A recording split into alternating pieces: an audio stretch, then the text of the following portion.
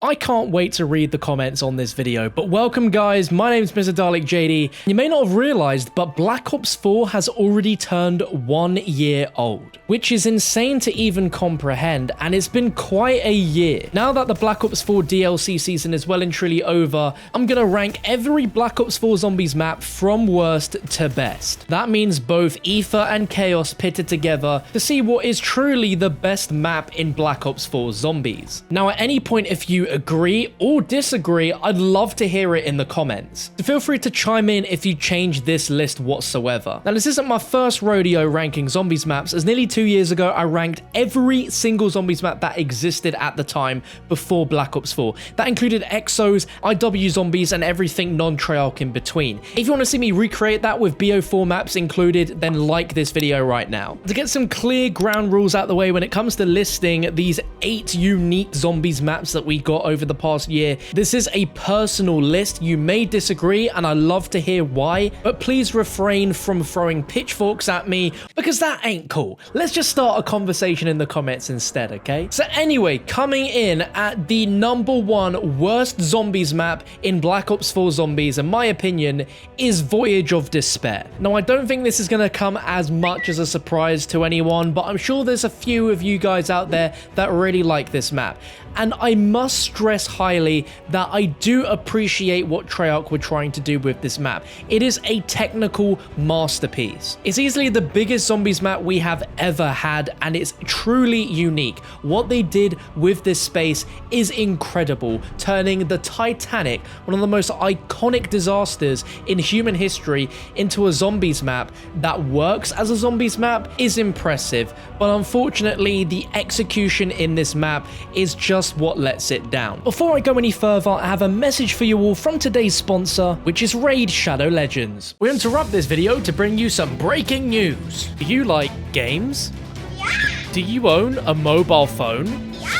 Let me introduce you to one of the biggest ambitious RPG games on mobile yet, Raid Shadow Legends. Raid has all the features you'd expect from a brand new RPG game, with an amazing storyline, awesome 3D graphics, giant boss fights, PvP battles, and hundreds of champions to collect and customize. Check out the amazing graphics and details on these champions, and in Raid you have the ability to personally customize and choose the artifacts and design a unique mastery build for each of them. Personally, I think the game's amazing, but you'd have to take my word for it. Just look at how many reviews this game has on the Google Play Store. 300,000 with an almost perfect score. This game is growing super fast, and the highly anticipated Faction Wars feature is now live. And there is a new awesome rewards program for new players where you can get a new daily login reward for the first 90 days in the game. You can find me in the game under the nickname MrDalekJD, and if you're quick enough, you can also join my clan. So what are you waiting for? You can go to the description of this video, click on the special link, and you'll get 50,000 silver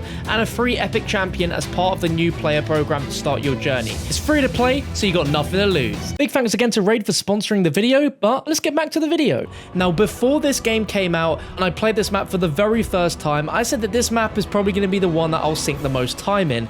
And boy was I wrong. I think this map took something like 18 months for the Treyarch Zombies team to create, which is a hell of a long time for one map, but it clearly shows because the interior stuff, all of the unique small areas and rooms are beautifully recreated from the original source material. The grand staircase is beautiful. You watch the Titanic movie, you're gonna recognize a lot of it from Voyage of Despair. Part of the beauty and tragedy of the story of the Titanic is the sheer struggle, panic, and teamwork that comes with trying to overcome one of the biggest tragedies ever. There is a lot of emotion tied to that because it was a real event. Yet in the story of this map and the ending, you do not see anything like that. The Chaos Crew literally leave all the passengers on that boat to die whilst they escape, as the first main introduction to our characters on their next journey. I just feel there's a lot of missed opportunity when it comes to the story of the Titanic and involving it in zombies. But putting the story aside, the gameplay of Voyage of Despair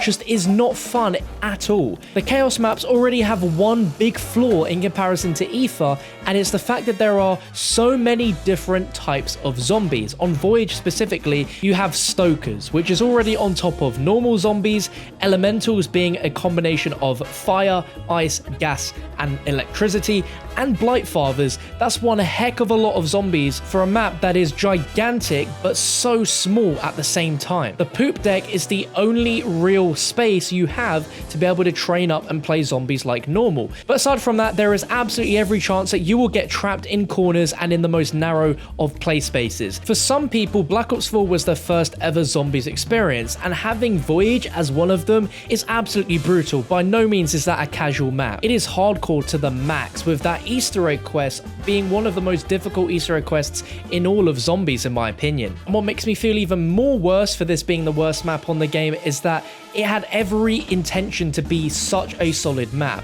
When it comes to the sound design on this map, it's fantastic. The intro cutscene just sets it up to be so damn epic, and the map just doesn't feel that way. You've got incredible custom jazz music that feels very inspired by Shadows of Evil, and is in my opinion just as good as the music in Shadows of Evil, but yet it's so undermined and underplayed by just how underwhelming Voyage of Despair is. I'm sure some of you out there are huge fans of the map, and I applaud you for loving it so much. I just wish I could love it all the same. Coming in at close second to being the worst is Dead of the Night. Now I feel quite bad when I say that, because upon reflection, Dead of the Night is a very unique map with a very cool setting for a zombies experience. An abandoned mansion gives you those Halloween horror themed vibes, and with the inclusion of werewolves and vampires, it's a very unique map where zombies has never really delved in that before, with an almost sort of parody of what the Treyarch Zombies mode is, which tries to be as unique and realistic as possible. Now this map does have some great qualities. The Wonder Weapon on it is absolutely outstanding, and in my opinion it's probably one of the best Wonder Weapons that we've seen as a new Wonder Weapon in the entirety of Black Ops 4. The celebrity cast does work as well, although they are pretty forgettable in the grand scheme.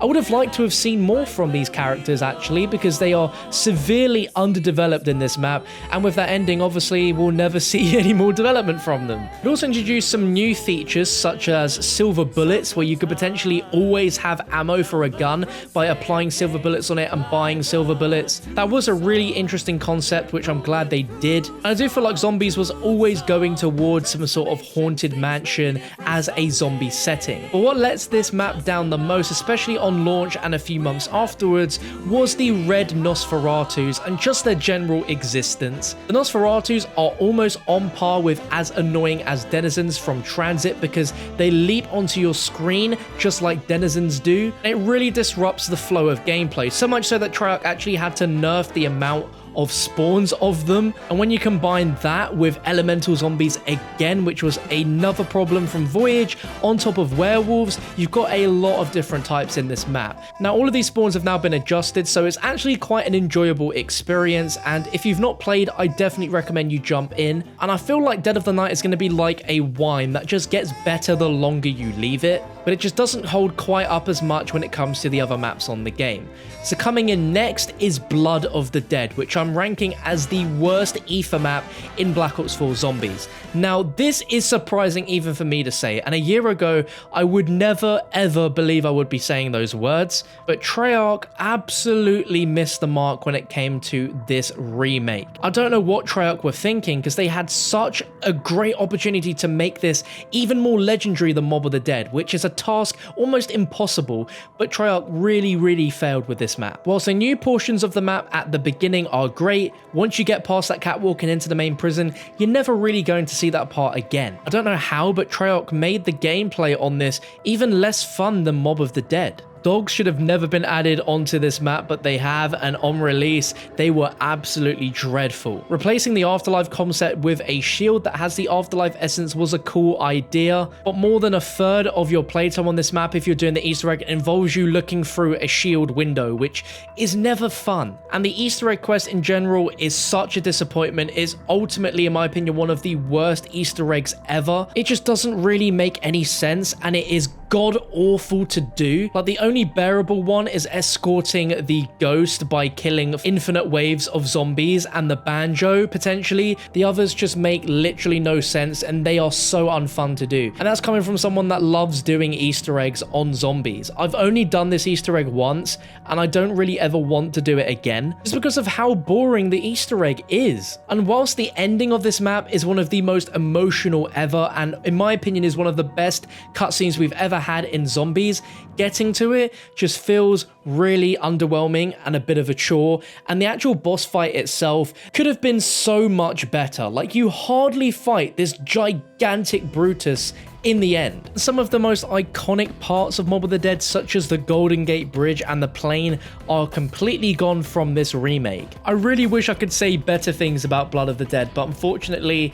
it's just not the one for me. Coming in after Blood of the Dead is Alpha Omega, DLC 3 for Black Ops 4 Zombies. Now, this is the remake of Nuketown Zombies from Black Ops 2, and I really enjoyed this map. It had a really solid storyline, it had a pretty good and definitely unexpected boss fight with the Avogadro, and it did bring back some of the fan favorite stuff that we love to see, like the Ray Gun Mark II, and it was the first time we could play in a map with Ultimus and Primus, which we're sadly never going to see again, but it was just so great to see it executed, and it worked really well. There isn't really much else to say about this map. It was by no means a bad map, but it's just definitely not the best map that there is to play on Black Ops 4 Zombies. Some of the changes in there, like the Nova 6 crawlers, which were now mutated, as well as the electrical jumping jacks, again, just don't really like those. They've always got to add something in there to just make it annoying, but they aren't overly frustrating as compared to some of the other maps with their various different amounts of zombies. The one thing that I think let this map down, though, is the fact that the Ray Gun Mark II upgrades were just pretty bog standard from what you'd expect when you hear that there is 4 elemental versions of the Ray Gun Mark II. It sounds absolutely crazy, and I think if this was in something like Black Ops 3 or Black Ops 2, I think everyone would have literally lost their minds. But just by how underwhelming these were, how underwhelming these upgrades are in terms of the actual damage and stuff in the game, I think that's just one thing that really let it down. Some of the greatest zombies maps ever are memorable by the gameplay and the amazing wonder weapons within those maps, but I'm sure all of you guys would rather just use the normal Ray Gun Mark II than use an elemental one. But I do enjoy the Easter egg on Alpha Omega. It's definitely a easy Easter egg, it's pretty quick to do as well, and whilst the boss fight isn't one of the most intense and overly difficult ones that you can do in the game, it's still pretty fun. But overall, Alpha Omega, pretty good. Not the greatest, but it's pretty damn awesome. Sits alongside its little brother Nuketown Zombies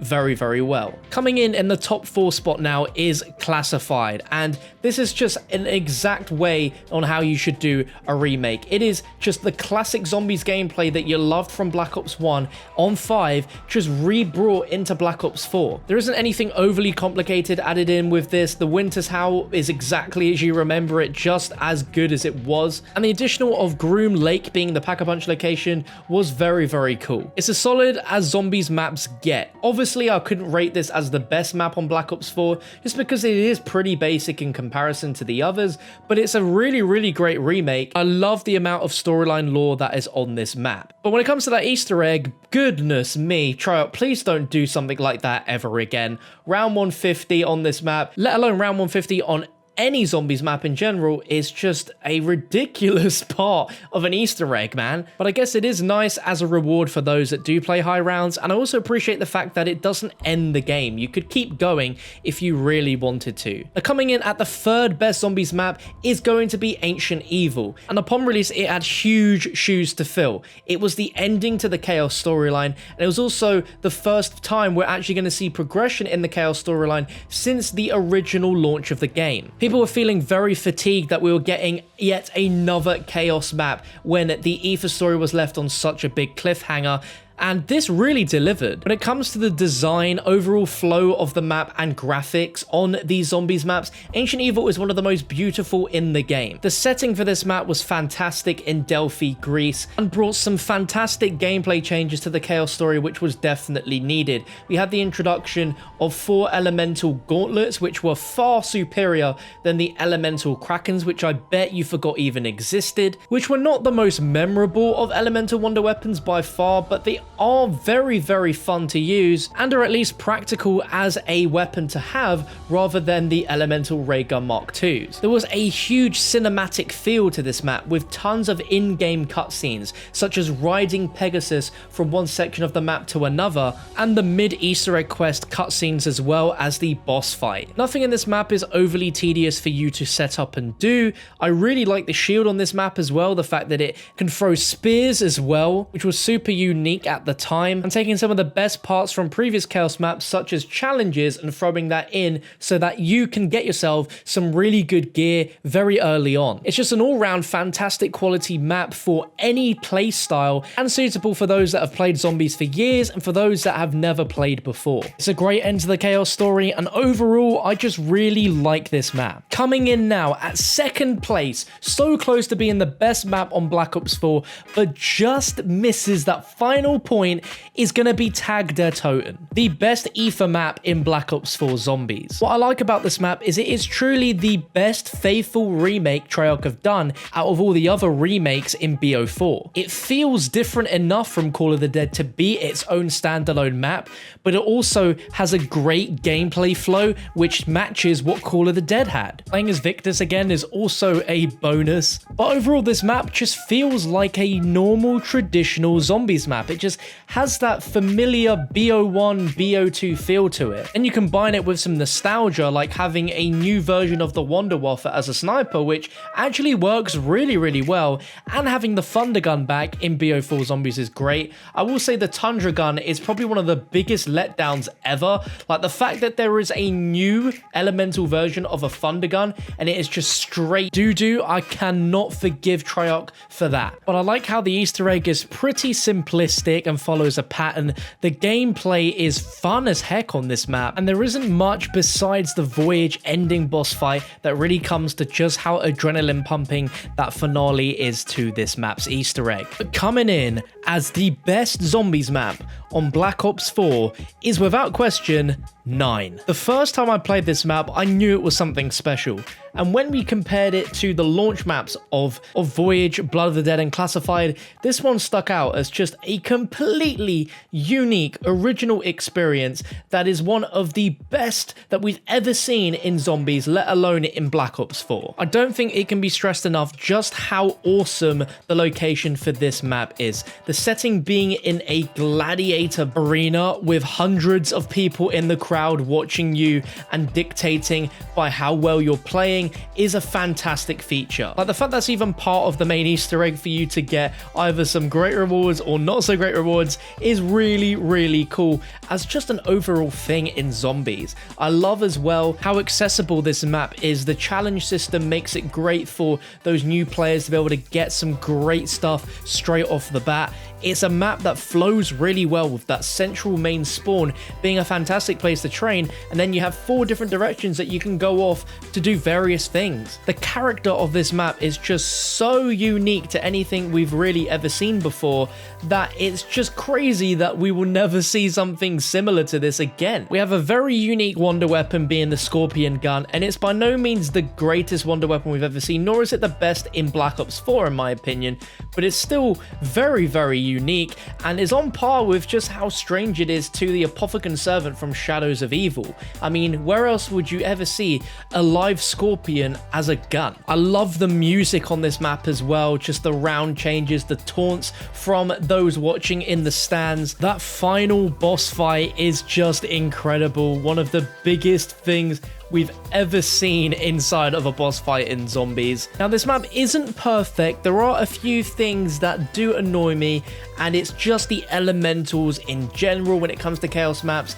They are at least somewhat more bearable on this compared to the other Chaos maps, but the gameplay on this map is unmatched to any of the others in Black Ops 4. A whole year later, this map is still incredibly fun to play, and anyone from any skill level can jump on and have some fun with this map. That's going to round up my list of ranking every BO4 map from worst to best. Do you agree? Do you disagree? Let me know, I'd love to hear it. But if you enjoyed the video, slap a like on it. If you didn't like like it, give it a dislike. Make sure you subscribe to the channel for more zombie videos like this, as I want to do a lot more list videos like this one. And if there's any requests of specific ranking videos you want me to do, such as like top 5s or top 10s, do let me know and I'll consider it. But thank you for watching, and I'll catch you in the next one.